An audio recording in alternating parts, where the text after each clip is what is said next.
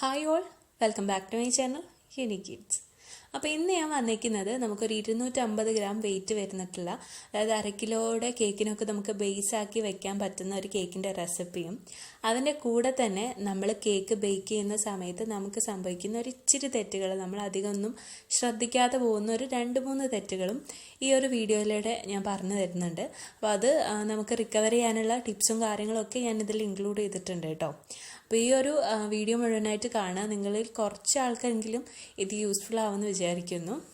നമ്മൾ കേക്ക് ഉണ്ടാക്കുന്ന സമയത്ത് നടുഭാഗം കുഴിഞ്ഞു പോവുക, അതേപോലെ തന്നെ പൊങ്ങി വരാണ്ടിരിക്കുക, സൈഡ് ഭാഗം വല്ലാണ്ട് കരിഞ്ഞു പോവുക, അല്ലെങ്കിൽ ഭയങ്കര ഹാർഡായിട്ടിരിക്കുക, അങ്ങനെയുള്ള കാര്യങ്ങളൊക്കെ നമ്മൾ കേക്ക് ഉണ്ടാക്കുന്ന സമയത്ത് നമുക്ക് സംഭവിക്കാറുണ്ട്. പക്ഷേ ഈ ഒരു റെസിപ്പിയിൽ ഞാൻ പറയുന്ന ഈ ടിപ്സും കാര്യങ്ങളൊക്കെ ഇൻക്ലൂഡ് ചെയ്ത് നിങ്ങൾ ഈ ഒരു കേക്ക് ചെയ്യുകയാണെന്നുണ്ടെങ്കിൽ ഇനി മുതൽ നിങ്ങൾക്ക് അങ്ങനെയുള്ള ഒരു പ്രശ്നങ്ങളും ഉണ്ടാവില്ല. വളരെ ഈസി ആയിട്ട് നല്ല സോഫ്റ്റ് ആയിട്ടുള്ള, എല്ലാ ഭാഗത്തും ഈവൻ ആയിട്ടുള്ള ഒരു കേക്ക് നിങ്ങൾക്കും ഈസി ആയിട്ട് എടുക്കാൻ വേണ്ടിയിട്ട് പറ്റും. അപ്പോൾ നമുക്ക് വീഡിയോയിലേക്ക് പോവാം. നിങ്ങൾ ആദ്യമായിട്ടാണ് ഈ ചാനൽ കാണുന്നതെന്നുണ്ടെങ്കിൽ ഒന്ന് സബ്സ്ക്രൈബ് ചെയ്യുക കേട്ടോ. അപ്പോൾ നമുക്ക് കേക്ക് ഉണ്ടാക്കാൻ വേണ്ടിയിട്ട് തുടങ്ങാം. അപ്പോൾ കേക്ക് ഉണ്ടാക്കുന്ന സമയത്ത് നമ്മൾ ആദ്യം തന്നെ ചെയ്യുന്ന കാര്യങ്ങളാണ് നമ്മുടെ ഡ്രൈ ഇൻഗ്രീഡിയൻസ് ഒന്ന് അരിച്ചെടുക്കുക എന്നുള്ളത്. അപ്പോൾ ഈ ഒരു കേക്ക് ചെയ്യാൻ വേണ്ടിയിട്ട് ഞാൻ 1/2 കപ്പ് മൈദയാണ് കേട്ടോ എടുത്തിരിക്കുന്നത്. അപ്പോൾ ഈ ഒരു 1/2 കപ്പ് മൈദയിലോട്ട് നമ്മൾ 1 ടേബിൾ സ്പൂൺ അളവിൽ കോൺഫ്ലോർ ചേർത്ത് കൊടുക്കുന്നുണ്ട്. അപ്പോൾ ഒരുപാട് പേര് ചോദിക്കുന്നുണ്ട് എന്തിനാണ് നമ്മൾ കോൺഫ്ലോർ ചേർക്കുന്നതെന്ന്. അപ്പോൾ 2 കാര്യങ്ങളാണ് കോൺഫ്ലോർ ചേർക്കുന്നതിൽ മെയിനായിട്ടുള്ളത്. ഒന്ന്, നമ്മൾ സാധാരണ ആ ഒരു മൈദയെ നമ്മൾ കേക്ക് ഫ്ലോർ ആക്കി മാറ്റുകയാണ്. അതായത് നമ്മുടെ മൈദയിലുള്ള ഭയങ്കര ഹാഷായിട്ടുള്ള ഭാഗങ്ങൾ, കുറച്ച് കട്ടിയില്ല മൈദക്കൊരു കട്ടി, ഒരു മൈദയും കോൺഫ്ലോറും നിങ്ങൾ തൊട്ട് നോക്കുന്ന സമയത്ത് നിങ്ങൾക്ക് മനസ്സിലാവും. കുറച്ച് സോഫ്റ്റാണ് കോൺഫ്ലോർ, പക്ഷേ കുറച്ചിരി ഒരു തരിതരി കൂടുതലുള്ളതാണ് നമ്മുടെ മൈദ എന്ന് പറയുന്നത്. അപ്പോൾ ആ ഒരു മൈദയുടെ തരിതരിയൊക്കെ മാറ്റിയിട്ട് നമ്മുടെ കേക്ക് ഫ്ലോർ ആക്കി എടുക്കുകയാണ് കേട്ടോ കോൺഫ്ലോർ ചെയ്യുന്നത്. അതേപോലെ തന്നെ നമ്മുടെ കേക്കിന് നല്ലൊരു സോഫ്റ്റ് ആയിട്ടുള്ള ടെക്സ്ചറും കൂടെ ഈ ഒരു കോൺഫ്ലോർ കൊടുക്കുന്നുണ്ട്. അപ്പോൾ ഈ 2 കാര്യങ്ങൾക്കും വേണ്ടിയിട്ടാണ് നമ്മൾ കോൺഫ്ലോർ കേക്കിലോട്ട് ആഡ് ചെയ്യുന്നത്. ഇനി നമുക്ക് അതിലോട്ട് ആഡ് ചെയ്യാനുള്ളതാണ് ബേക്കിംഗ് പൗഡർ എന്ന് പറയുന്നത്. അപ്പോൾ ബേക്കിംഗ് പൗഡർ ആഡ് ചെയ്യുന്ന സമയത്ത് നമ്മൾ ശ്രദ്ധിക്കേണ്ട കുറച്ച് കാര്യങ്ങളുണ്ട്. അപ്പോൾ ഈ ഒരു റെസിപ്പിയിൽ ഞാൻ ബേക്കിംഗ് പൗഡർ മാത്രമേ ചേർക്കുന്നുള്ളൂ. ബേക്കിംഗ് സോഡയും ചേർത്തിട്ട് ചെയ്യുന്ന ഒരുപാട് റെസിപ്പീസ് ട്രൈ ചെയ്യുന്ന ആൾക്കാരുണ്ടാവും. അവർക്കും കൂടെ ഉപകാരപ്പെടുന്ന ഒരു ടിപ്പാണ് കേട്ടോ ഇത്. നമ്മുടെ കേക്ക് നന്നായിട്ട് പൊങ്ങി വരാണ്ടിരിക്കാനും അതേപോലെ തന്നെ പൊങ്ങി വന്നിട്ട് നടുഭാഗം കൊഴിഞ്ഞു പോകാനും ഉള്ള കാരണങ്ങളിൽ ഒന്നാണ് കേട്ടോ ഈ ഒരു ബേക്കിംഗ് പൗഡറും ബേക്കിംഗ് സോഡയും. അതായത് ഈ ഒരു ബേക്കിംഗ് പൗഡറും ബേക്കിംഗ് സോഡയും പലപ്പോഴും നിങ്ങൾ ഉപയോഗിക്കുന്നത് ഫ്രിഡ്ജിൽ വെച്ചിട്ടായിരിക്കും. ഫ്രിഡ്ജിൽ വെച്ചിട്ടിരിക്കുന്ന ബേക്കിംഗ് പൗഡറും ബേക്കിംഗ് സോഡയും ഒരിക്കലും ഉപയോഗിക്കരുത്. അങ്ങനെ ഉപയോഗിച്ച് കഴിഞ്ഞാൽ നമ്മുടെ കേക്കിന് അതിൻ്റേതായ ഒരു എഫക്റ്റ് കിട്ടില്ല. ഫ്രിഡ്ജിൽ വെച്ച് കഴിയുന്ന സമയത്ത് ആ ഒരു ബേക്കിംഗ് പൗഡറിലും സോഡയിലും ഉള്ള എഫക്റ്റ് കുറഞ്ഞു പോകും. അത് രണ്ടും നമ്മൾ എന്തിനാണോ ഉപയോഗിക്കുന്നത് അതിൻ്റെ ഒരു ഫലം നമുക്ക് കേക്കിൽ കാണാൻ വേണ്ടിയിട്ട് പറ്റില്ല. കേക്കായാലും അതേപോലെ കപ്പ് കേക്കോ അല്ലെങ്കിൽ ബ്രെഡോ ഒന്നിലും അതിൻ്റെ ഒരു എഫക്റ്റ് നമുക്ക് കാണാൻ വേണ്ടിയിട്ട് പറ്റില്ല. അതേപോലെ തന്നെ നമ്മൾ പൊട്ടിച്ച് പുറത്ത് വെച്ചിട്ട് ഒരു 1-1.5-2 മാസമൊക്കെ നമ്മൾ ഇടയ്ക്കിടയ്ക്കൊക്കെ കേക്ക് ഉണ്ടാക്കുന്നവരാണെന്നുണ്ടെങ്കിൽ വളരെ കുറച്ച് നമ്മൾ അതിൽ നിന്ന് ഉപയോഗിക്കും. ബാക്കി നമ്മൾ ഫ്രിഡ്ജിലോ അല്ലെങ്കിൽ പുറത്തോ വെക്കുകയാണ് പതിവ്. അപ്പം അങ്ങനെ ചെയ്യുന്ന സമയത്തും ഇതിൻ്റെ എഫക്റ്റ് കുറഞ്ഞു പോകാനുള്ള ചാൻസ് ഒരുപാടുണ്ട്. അപ്പം മിനിമം 1 മാസമെങ്കിലും നിങ്ങൾ പൊട്ടിച്ചിട്ടുള്ള പാക്ക് ഉപയോഗിക്കുക. അത് കഴിഞ്ഞിട്ട് അത് ഉപയോഗിക്കാണ്ടിരിക്കുക.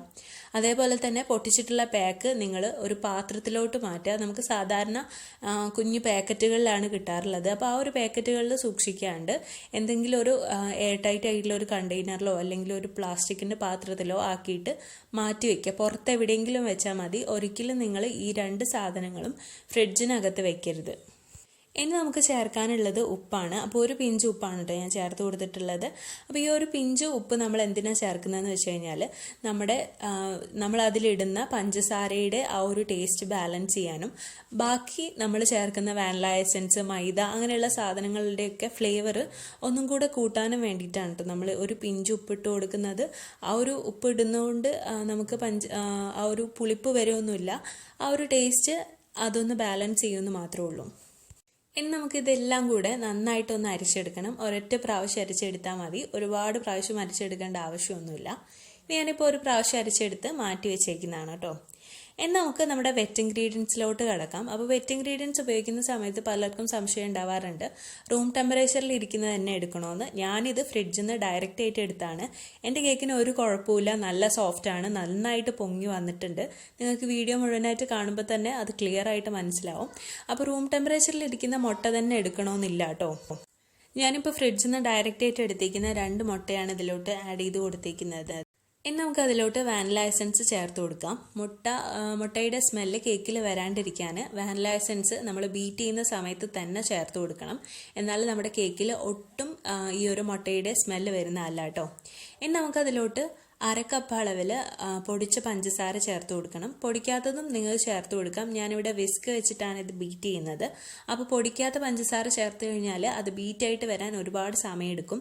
അപ്പോൾ നിങ്ങൾ ബീറ്റർ വെച്ചിട്ടാണ് ചെയ്യുന്നതെന്നുണ്ടെങ്കിൽ 1/2 കപ്പ് അളവിൽ പഞ്ചസാര ഇതിലോട്ട് ചേർത്ത് കൊടുക്കാം. ഇനി നമുക്കിത് നന്നായിട്ട് ബീറ്റ് ചെയ്തിട്ട് എടുക്കാം. വിസ്കോ അല്ലെങ്കിൽ ബീറ്ററോ ഫോർക്കോ നിങ്ങൾക്ക് ഉപയോഗിക്കാം. വിസ്കും ഫോർക്കും ഉപയോഗിക്കുന്ന സമയത്ത് ഒരു 15 മുതൽ 18 മിനിറ്റ് വരെ ഇത് ബീറ്റ് ചെയ്യാനുള്ള സമയമെടുക്കും.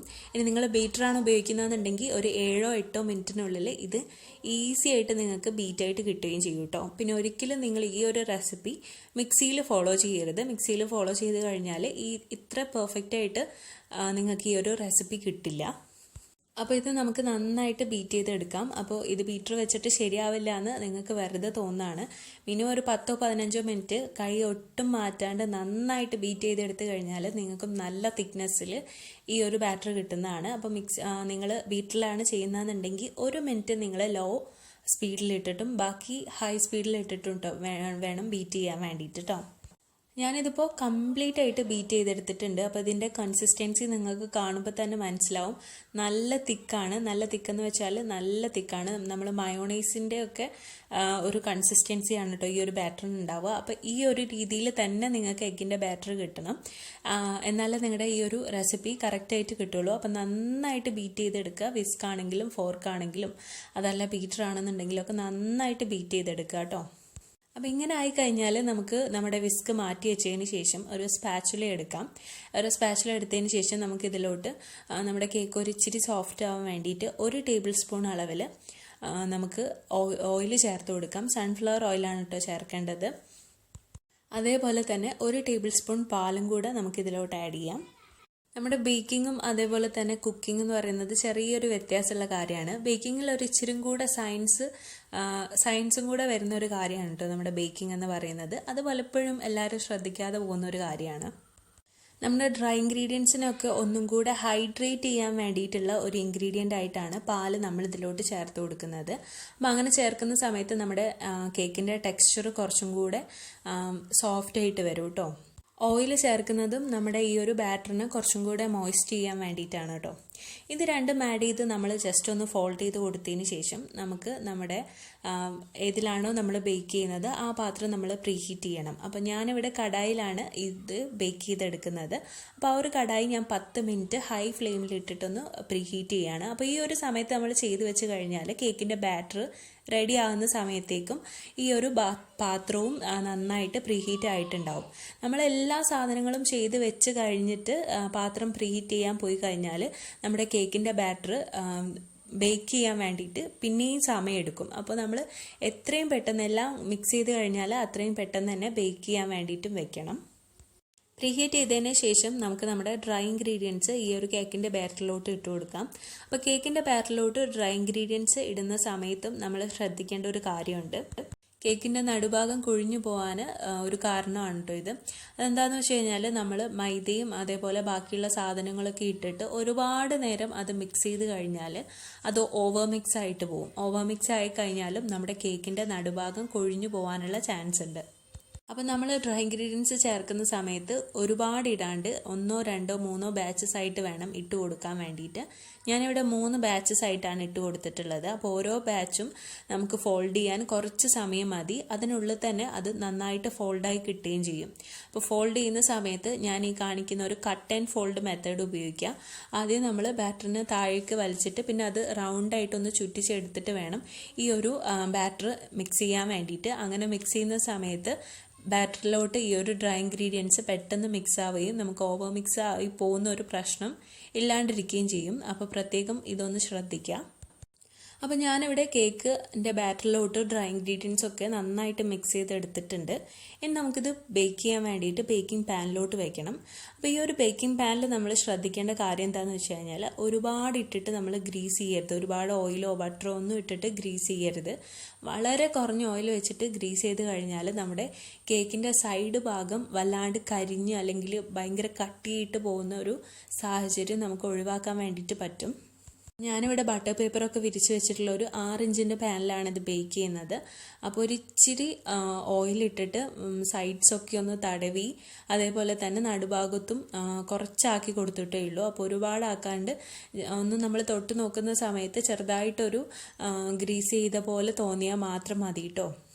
ഇനി നമുക്കിത് ബേക്ക് ചെയ്യാൻ വേണ്ടിയിട്ട് വെക്കാം. അപ്പോൾ ബേക്ക് ചെയ്യുന്നതിൻ്റെ മുമ്പ് നമ്മൾ ഈ ഒരു പാത്രം 2-3 പ്രാവശ്യം ഒന്ന് ടാപ്പ് ചെയ്ത് കൊടുത്തിട്ട് അതിനുള്ളിലുള്ള എയർ ബബിൾസ് ഒക്കെ ഒന്ന് കളഞ്ഞിട്ട് വേണം ബേക്ക് ചെയ്യാൻ വേണ്ടിയിട്ട് വെക്കാൻ.